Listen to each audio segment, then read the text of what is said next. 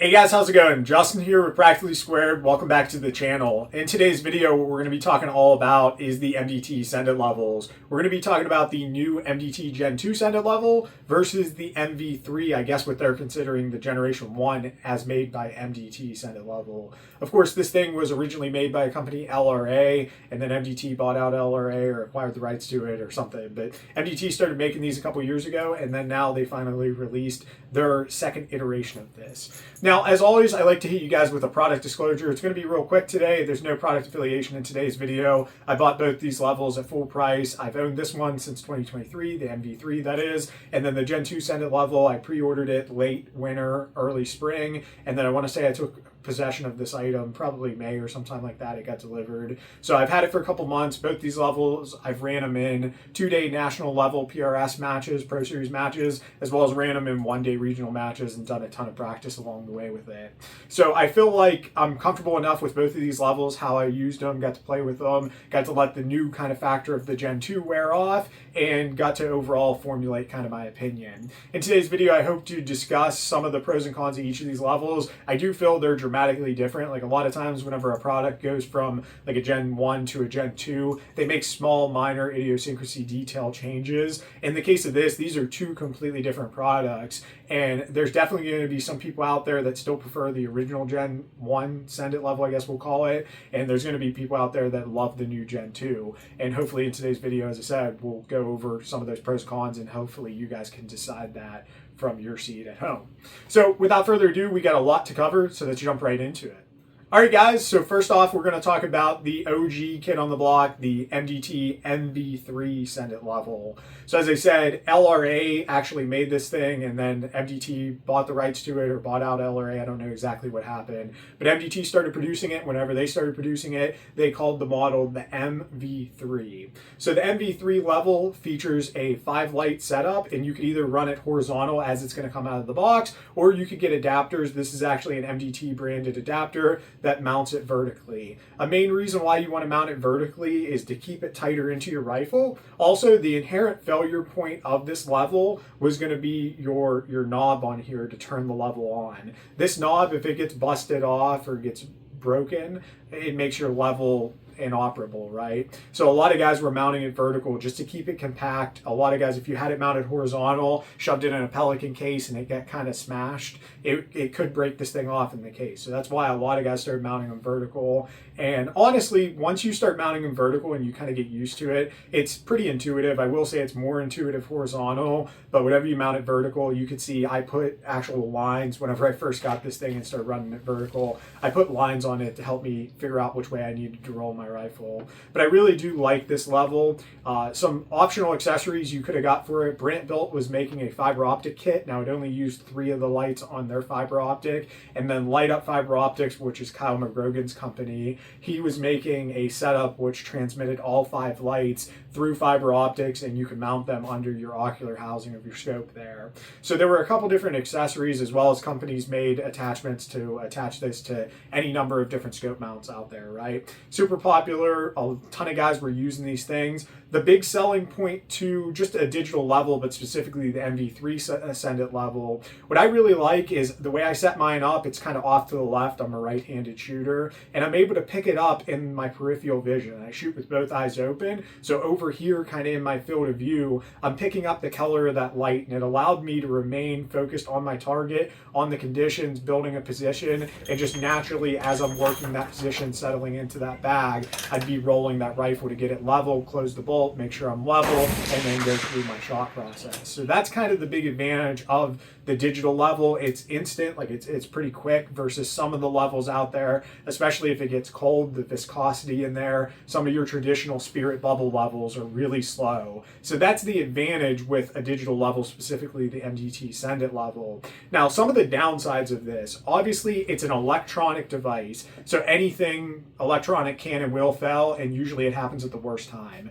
I've seen a handful of these go down at matches. Usually it's batteries or they get completely soaked. They are some sort of waterproof. I don't know if they're entirely waterproof or how low they're rated, but these things can handle water, but occasionally you will get water to seep down in there and they will start acting up. I've seen a handful of them act up in rainy matches. personally, knock on wood, I've been pretty fortunate. Whenever I come home from a rainy match, I always will pull the cover off, and then I'll blow this thing out with compressed air, and I'll let it sit in front of a fan for a day or two, just to ensure everything gets dried out if any water did seep down into there. Also, the battery life on this thing, it took an obscure battery, but they're relatively cheap on Amazon. But if you had a battery die and you didn't have a spare, you're probably not going to find a local store that's going to have these. So you had to pretty much order the batteries most of the time online. But they were cheap enough to just buy a giant pack of them. And then I would say, I can't give you an exact estimate as far as battery life of this thing, but I would say every 3 or 4 matches or so, you would be looking to change it. Obviously, it depends on how bright you run this thing, and whether you shut it off at the end of the day or forget to leave it on, or whatever the case may be.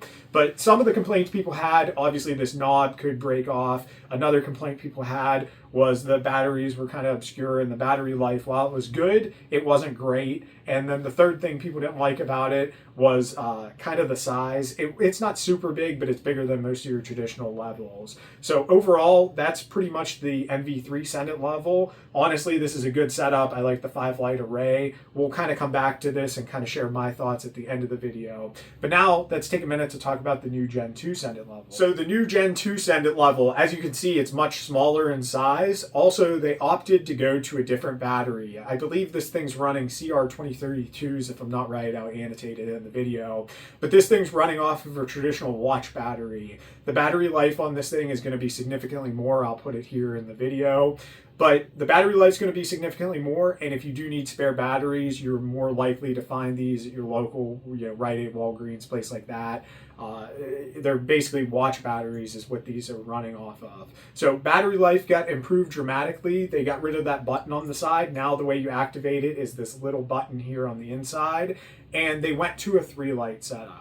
Now, as I said in the beginning of the video, I feel like a lot of times whenever companies go from one generation to the next, they make small little changes. In the case of the Gen 2 MDT Sendit level, they made a giant change to the point where this thing's completely different. Sure, it's a bubble level. Sure, it's got red, green, and blue lights on it. But the way this thing operates is functionally entirely different. There's 4 different modes in here, but most of the modes, what you're going to find is that center light will always be lit. It's either going to be lit green if you're level, blue or red depending on how candid you are. Now, depending on which mode you go in will determine whether your outside lights either light up solid or they'll blink, or you could just run the 1-light setup. So there's different modes in here, but essentially your center light is always projecting a color. It's either green, blue, or red. And then if you're extremely candid, the mode that I preferred was the blinking outside light. So you would be, for example, red in the center and blinking red on the outside, and that would tell you, hey, you're really candid, you got to get your shit squared away.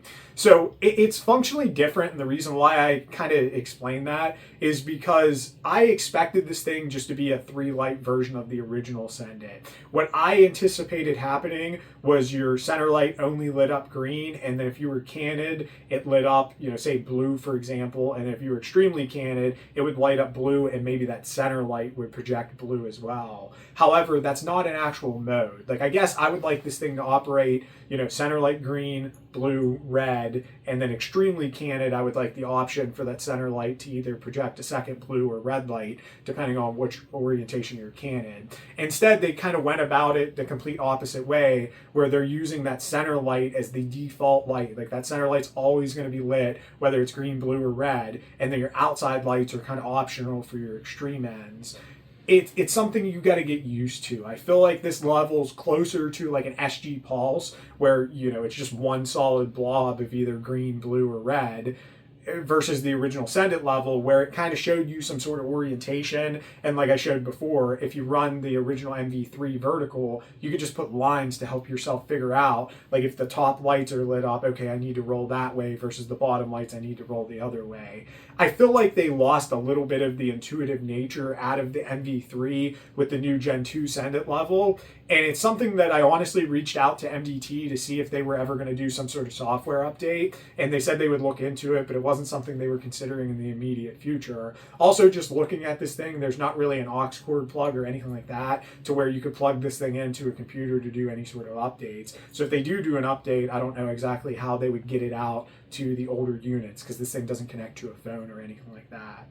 Overall, some other features about the Gen 2 Sendit Level: they made it smaller, it's more compact. Also, they give you the option from the factory to either get it as a side mount, or you could get it as, I believe they call it the V mount, where it's going to mount directly under your scope in the center of your rail. I opted for the side mount here, and as of the filming of this video, companies are starting to produce some of the mounts for this because it is a proprietary mount. It's different than the old MV3, it's different than the Crush It. So the way this thing's set up, you're going to need a proprietary mount. I know Area 419 just kind of teased that they're finishing up the final touches on their mount for their scope mount to use the MDT Gen 2 Sendit Level.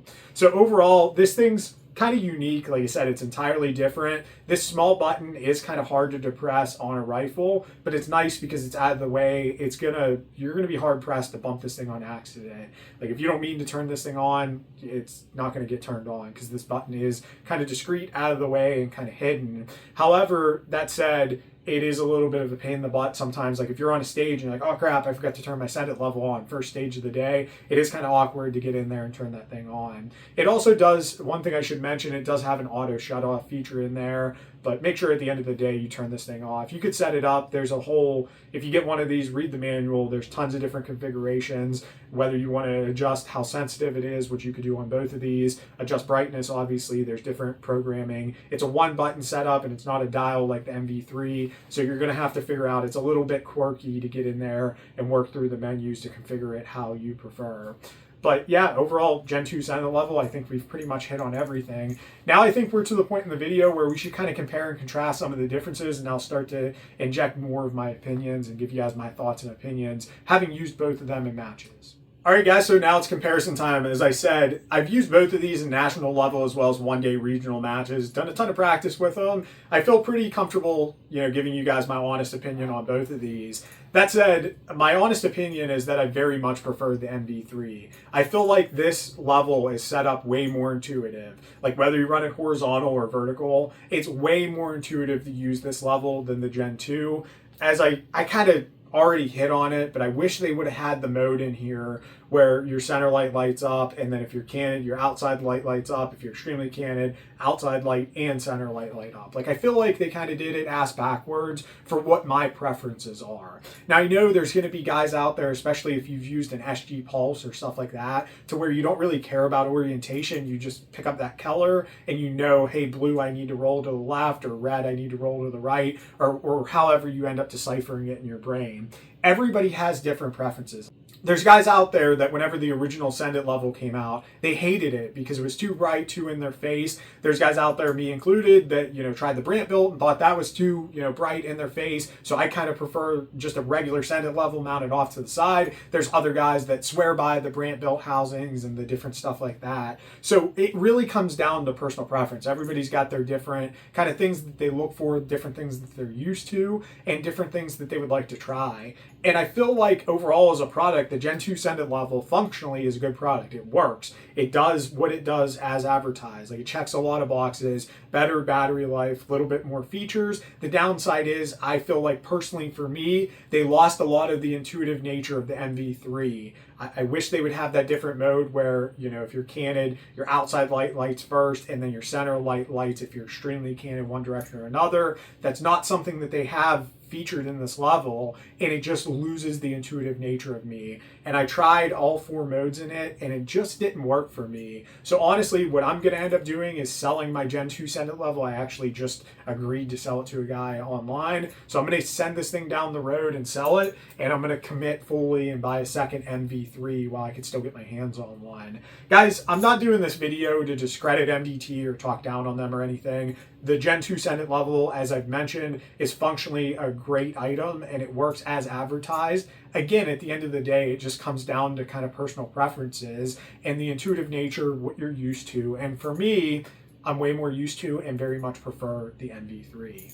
So hopefully you guys learned something from today's video. I would love to hear your thoughts and opinions down in the comment section below. If you have experience with one or both of these levels, definitely feel free to drop your thoughts and opinions. That way others could kind of get another perspective.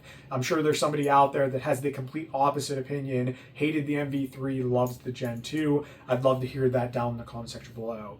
Guys, I make these videos for your entertainment and educational purposes. So if you guys enjoyed today's video, feel free to free. Give us a like, give us a subscribe, head over to Instagram, follow us at Practically Squared. If you guys see me out at a match, definitely feel free to say hi. I think I'm on a streak now where I've had like 14 matches in a row where somebody's came up to me that I've never met before and they're like, hey, I recognize you from the YouTube channel. And it's really cool. It's really humbling. I make these videos, as I said, for your entertainment and educational purposes. So all that support just encourages me to make more videos. Guys, as always, remember to train hard, shoot fast, and most importantly, be safe. God bless.